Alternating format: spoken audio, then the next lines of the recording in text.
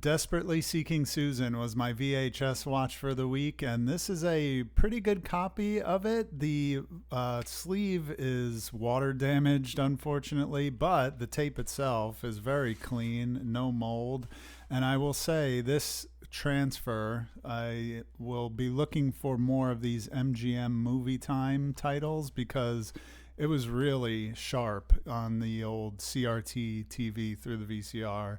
I could have been fooled into thinking I was watching a DVD. It looked really good. This is known as one of Madonna's best movies, and that isn't saying much with all due respect to Madonna. I love her as a musical artist, but she is known for not being great, or the movies that she's in not being great when she works as an actress. I watched Who's That Girl a couple of years ago, really didn't like it. I have seen Body of Evidence a long time ago, and I'm not going to be rewatching that anytime soon. So by default, this may be the best Madonna movie I've seen.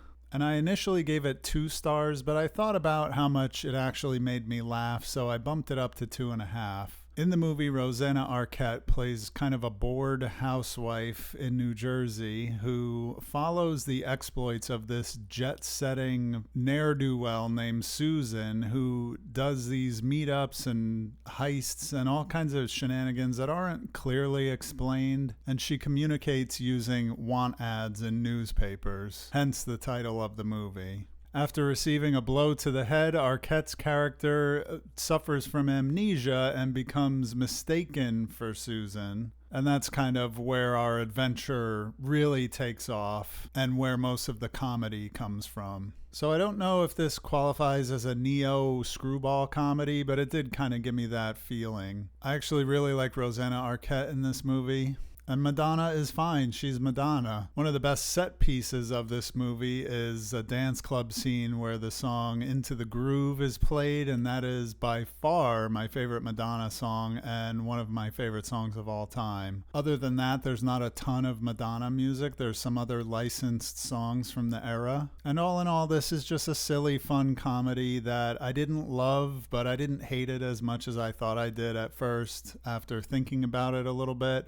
It will stay in the collection, but I'm not sure when I'm going to watch it again. It's going to be a while. The Double from 2013 stars Jesse Eisenberg and Mia Wasikowska and is based on a Dostoevsky novel, which, for the record, I have not read. Eisenberg plays a painfully shy office worker who is yearning for some kind of human connection, especially with a female coworker who he is in love with. This coworker is also his across-the-street neighbor, and there's a real sense of claustrophobia to this movie. This movie is a weird one. It's very strange, and there's a lot of stylistic things going on here that I really loved and latched on to. This was a movie to me that within the first couple of minutes, I was like, wow, this is really cool, the way this is shot. And as I got through the movie, I realized the sound design and the music choices are out of this world. This is one of the best sounding movies I've ever seen or heard.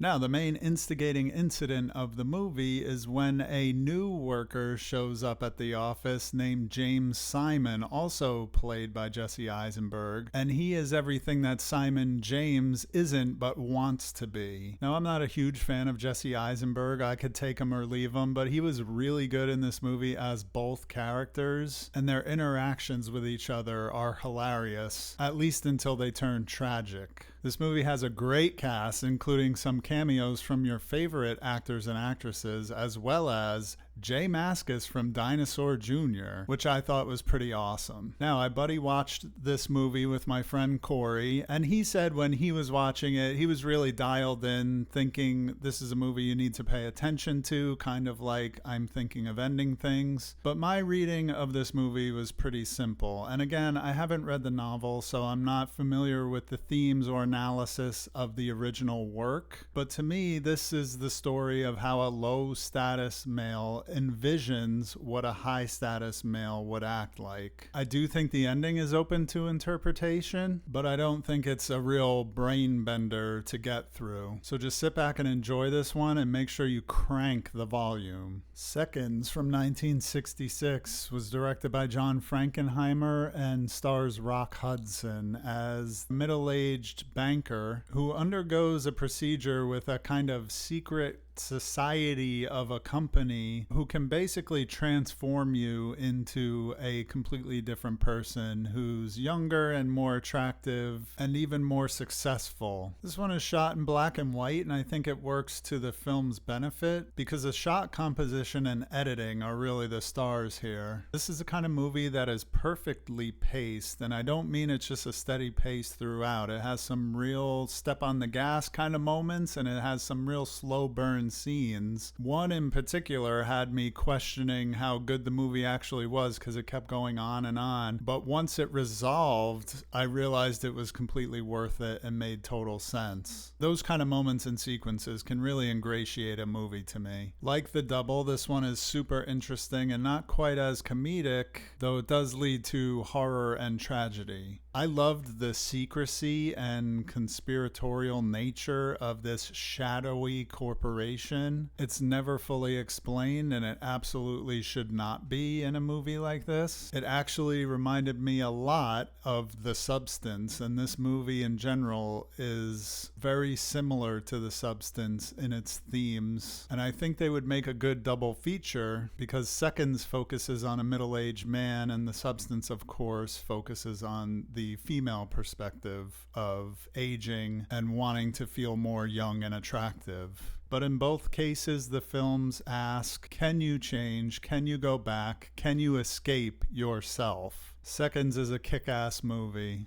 If you like John Frankenheimer films, if you like The Twilight Zone, if you like The Substance, definitely check it out. And that'll do it for this video. If you like these short movie reviews I do, I have a whole playlist of them on my channel. Thank you for watching to the end, and I'll see you on the next one.